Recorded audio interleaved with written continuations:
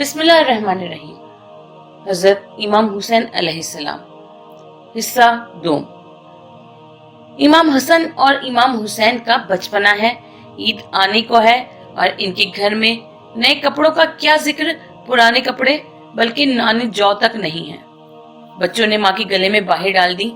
مادر گرامی، اطفال مدینہ عید کے دن زرد برگ کپڑے پہن کر نکلیں گے اور ہمارے پاس بالکل لباس نو نہیں ہے، ہم کس طرح عید منائیں گے؟ ماں نے کہا، بچوں گھبراؤ نہیں، تمہارے کپڑے درزی لائے گا۔ عید کی رات آئی، بچوں نے ماں سے پھر کپڑوں کا تقاضا کیا۔ ماں نے وہی جواب دے کر نونہالوں کو خاموش کر دیا۔ ابھی صبح نہیں ہونے پائی تھی کہ ایک شخص نے دق الباب کیا۔ دروازہ کھٹکھٹایا گیا۔ فضہ دروازے پہ گئی۔ ایک شخص نے بخشا لباس دیا۔ فضہ نے سیدہ عالم کی خدمت میں اسے پیش کیا۔ اب جو کھولا تو اس میں دو چھوٹے چھوٹے امامے، دو قبائیں، دو ابائیں، غرض یہ کہ تمام ضروری کپڑے موجود تھے۔ ماں کا دل باغ باغ ہو گیا۔ وہ تو سمجھ گئی کہ یہ کپڑے جنت سے آئے ہیں، لیکن منہ سے کچھ نہیں کہا۔ بچوں کو جگایا، کپڑے دیے۔ صبح ہوئی، بچوں نے جب کپڑوں کے رنگ کی طرف توجہ کی تو کہا، مادر گرامی، یہ تو سفید کپڑے ہیں، اطفال مدینہ رنگین کپڑے پہنے ہوں گے۔ اماں جان، ہمیں رنگین کپڑے چاہیے۔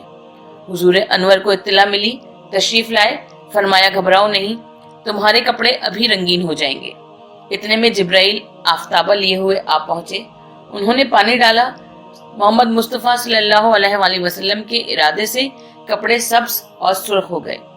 سبز جوڑا حسن نے پہنا، سرخ جوڑا حسین نے زیب تن کیا۔ ماں نے گلے لگایا، باپ نے بوسے دیے، نانا نے اپنی پشت پر سوار کر کے مہار کے بدلے زلفیں ہاتھوں میں دے دی اور کہا، میرے نونہالوں، رسالت کی باغ تمہارے ہاتھ میں ہے، جدھر چاہو موڑو اور جہاں چاہے لے چلو۔ روضۃ الشہداء، صفحہ 199، بہار الانوار۔ بعض علماء کا کہنا ہے کہ سرور کائنات صلی اللہ علیہ وآلہ وسلم بچوں کو پشت پر بٹھا کر دونوں ہاتھوں اور پیروں سے چلنے لگے اور بچوں کی فرمائش پر اونٹ کی آواز منہ سے نکالنے لگے۔ کشف المحجوب۔ امام شب الخجی اور علامہ بدخشانی لکھتے ہیں کہ زید ابن زیاد کا بیان ہے کہ ایک دن حضرت صلی اللہ علیہ وآلہ وسلم خانہ حضرت عائشہ سے نکل کر کہیں جا رہے تھے۔ راستے میں جناب فاطمہ زہرا سلام اللہ علیہا کا گھر پڑا۔ اس گھر سے امام حسین کے رونے کی آواز برآمد ہوئی۔ آپ داخل خانہ سیدہ ہو گئے اور فرمایا، اے فاطمہ، کیا تمہیں معلوم نہیں کہ حسین کے رونے سے مجھے کس قدر تکلیف اور اذیت پہنچتی ہے؟ نور الابصار، صفحہ 114۔ بعض علماء کا بیان ہے کہ ایک دن رسول خدا کہیں جا رہے تھے، راستے میں مدرسے کی طرف سے گزر ہوا، ایک بچے کے رونے کی آواز گوشے زد ہوئی جو حسین کی آواز سے بہت زیادہ مشابہ تھی۔ آپ داخل مدرسہ ہوئے اور استاد کو ہدایت کی کہ اس بچے کو نہ مارا کرو کیونکہ اس کی آواز میرے بچے حسین کی آواز سے بہت مشابہ ہے۔ پیغمبر اسلام کی یہ حدیث مسلمات اور متواترات سے ہے کہ حسن اور حسین جوانان جنت کے سردار ہیں اور ان کے پدر بزرگوار ان دونوں سے بہتر ہیں۔ ابن ماجہ۔ صحابی رسول جناب حذیفہ یمنی کا بیان ہے کہ میں نے ایک دن سرور کائنات صلی اللہ علیہ وآلہ وسلم کو بے انتہا مسرور دیکھ کر پوچھا، حضور، افراط مسرت کی کیا وجہ ہے؟ فرمایا، اے حذیفہ، آج ایسا ملک نازل ہوا جو میرے پاس اس سے قبل کبھی نہیں آیا تھا۔ اس نے مجھے میرے بچوں کی سرداری جنت پر مبارکباد دی اور کہا کہ فاطمہ جنت کی عورتوں کی سردار اور حسنین جنت کے مردوں کے سردار ہیں۔ کنز الاعمال، جلد 7، صفحہ 107۔ حدیث سے سیادت علویہ کا مسئلہ بھی حل ہو گیا، قطع نظر اس سے کہ حضرت علی میں مثل بنی سیادت کا ذاتی شرف موجود تھا اور خود سرور کائنات نے بار بار آپ کی سیادت کی تصدیق سید العرب، سید المتقین، سید المومنین وغیرہ جیسے الفاظ سے فرمائی ہے۔ حضرت علی کا سرداران جنت امام حسن اور امام حسین سے بہتر ہونا واضح کرتا ہے کہ آپ کی سیادت مسلم ہی نہیں بلکہ بہت بلند درجہ رکھتی ہے۔ یہی وجہ ہے کہ صاحب کتاب کے نزدیک جملہ اولاد علی سید ہے، یہ اور بات ہے کہ بنی فاطمہ کے برابر نہیں ہے۔ خدا نے جو شرف امام حسن اور امام حسین کو عطا فرمایا ہے وہ اولاد رسول اور فرزندان علی میں آل محمد کے سوا کسی کو نصیب نہیں۔ ان حضرات کا ذکر عبادت اور ان کی محبت عبادت۔ یہ حضرات اگر پشت رسول پر عالم نماز میں سوار ہو جائیں تو نماز میں کوئی خلل واقع نہیں ہوتا۔ اکثر ایسا ہوتا ہے کہ یہ نونہالان رسالت پشت رسول پر عالم نماز میں سوار ہو جایا کرتے تھے، اور جب کوئی منع کرنا چاہتا تھا تو آپ اشارے سے روک دیا کرتے تھے۔ اور کبھی ایسا بھی ہوتا تھا کہ آپ سجدے میں اس وقت تک مشغول ذکر رہا کرتے تھے جب تک بچے آپ کی پشت سے خود نہ اتر آئیں۔ آپ فرمایا کرتے تھے، خدایا میں انہیں دوست رکھتا ہوں، تو بھی ان سے محبت کر۔ تو کبھی ارشاد ہوتا تھا، اے دنیا والو، اگر مجھے دوست رکھتے ہو تو میرے بچوں سے بھی محبت کرو۔ اصحابہ صفحہ 16 جلد 2۔ سرور کائنات صلی اللہ علیہ وآلہ وسلم نے امام حسین علیہ السلام کے بارے میں ارشاد فرمایا ہے کہ اے دنیا والو، بس مختصر یہ سمجھ لو کہ حسین منی وانا من الحسین، حسین مجھ سے ہے اور میں حسین سے ہوں۔ خدا اسے دوست رکھے جو حسین کو دوست رکھے۔ سرور کائنات حضرت محمد مصطفیٰ صلی اللہ علیہ وآلہ وسلم ارشاد فرماتے ہیں کہ شب معراج جب میں سیر آسمانی کرتا ہوا جنت کے قریب پہنچا تو دیکھا کہ باب جنت پر سونے کے حروف میں لکھا ہوا ہے، خدا کے سوا کوئی معبود نہیں، محمد صلی اللہ علیہ وآلہ وسلم اللہ کے حبیب ہیں، علی اللہ کے ولی ہیں، فاطمہ اللہ کی کنیز ہیں، حسن اور حسین اللہ کے برگزیدہ ہیں، اور ان سے بغض رکھنے والوں پر خدا کی لعنت ہے۔ ارجاء المطالب باب 3 صفحہ 313 طب لاہور 1251۔ یہ تو معلوم ہی ہے کہ امام حسین حضرت محمد مصطفیٰ صلی اللہ علیہ وآلہ وسلم کے نواسے، حضرت علی فاطمہ کے بیٹے اور امام حسن کے بھائی تھے، اور انہی حضرات کو پنجتن پاک کہا جاتا ہے، اور امام حسین پنجتن کے آخری فرد ہیں۔ یہ ظاہر ہے کہ آخر تک رہنے والے اور ہر دور سے گزرنے والے کے لیے اکتساب صفات حسنہ کے امکانات زیادہ ہوتے ہیں۔ امام حسین 3 شعبان سن 4 ہجری کو پیدا ہو کر سرور کائنات صلی اللہ علیہ وآلہ وسلم کی پرورش اور پر وقت اور آغوش مادر میں رہے اور کسب صفات رہے۔ 28 صفر 11 ہجری کو جب حضرت صلی اللہ علیہ وآلہ وسلم شہادت پا گئے اور 3 جمادی الثانی کو ماں کی برکتوں سے محروم ہو گئے تو حضرت علی نے تعلیمات الہیہ اور صفات حسنہ سے بہرور کیا۔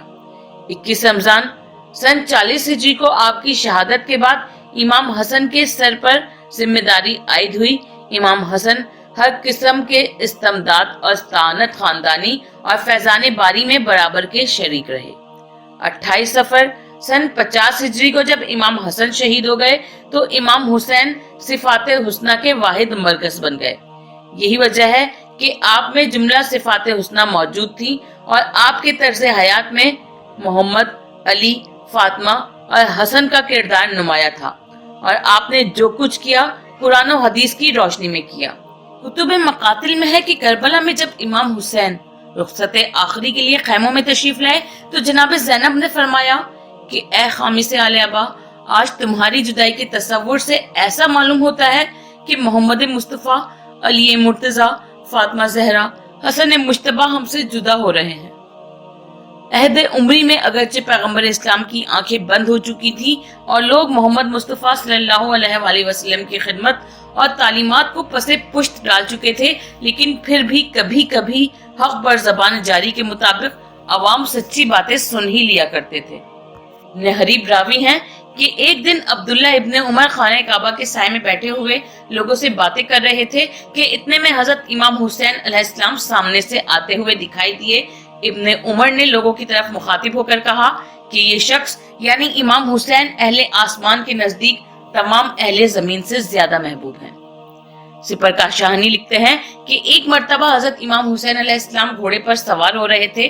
حضرت ابن عباس صحابی رسول کی جو نظر آپ پر پڑی تو آپ نے دوڑ کر حضرت کی رکاب تھام لی اور امام حسین کو سوار کرایا۔ یہ دیکھ کر کسی نے کہا کہ اے ابن عباس، تم تو امام حسین سے عمر اور رشتے دونوں میں بڑے ہو، پھر تم نے امام حسین کی رکاب کیوں تھامی؟ آپ نے غصے میں فرمایا کہ اے کمبخت، تجھے کیا معلوم کہ یہ کون ہے اور ان کا شرف کیا ہے؟ یہ فرزند رسول ہیں، انہی کے صدقے سے میں نعمتوں سے بھرپور اور بہرور ہوں۔ اگر میں نے ان کی رکاب تھام لی تو کیا ہوا؟ ناسخ التواریخ جلد 6 صفحہ 45۔ کون ہے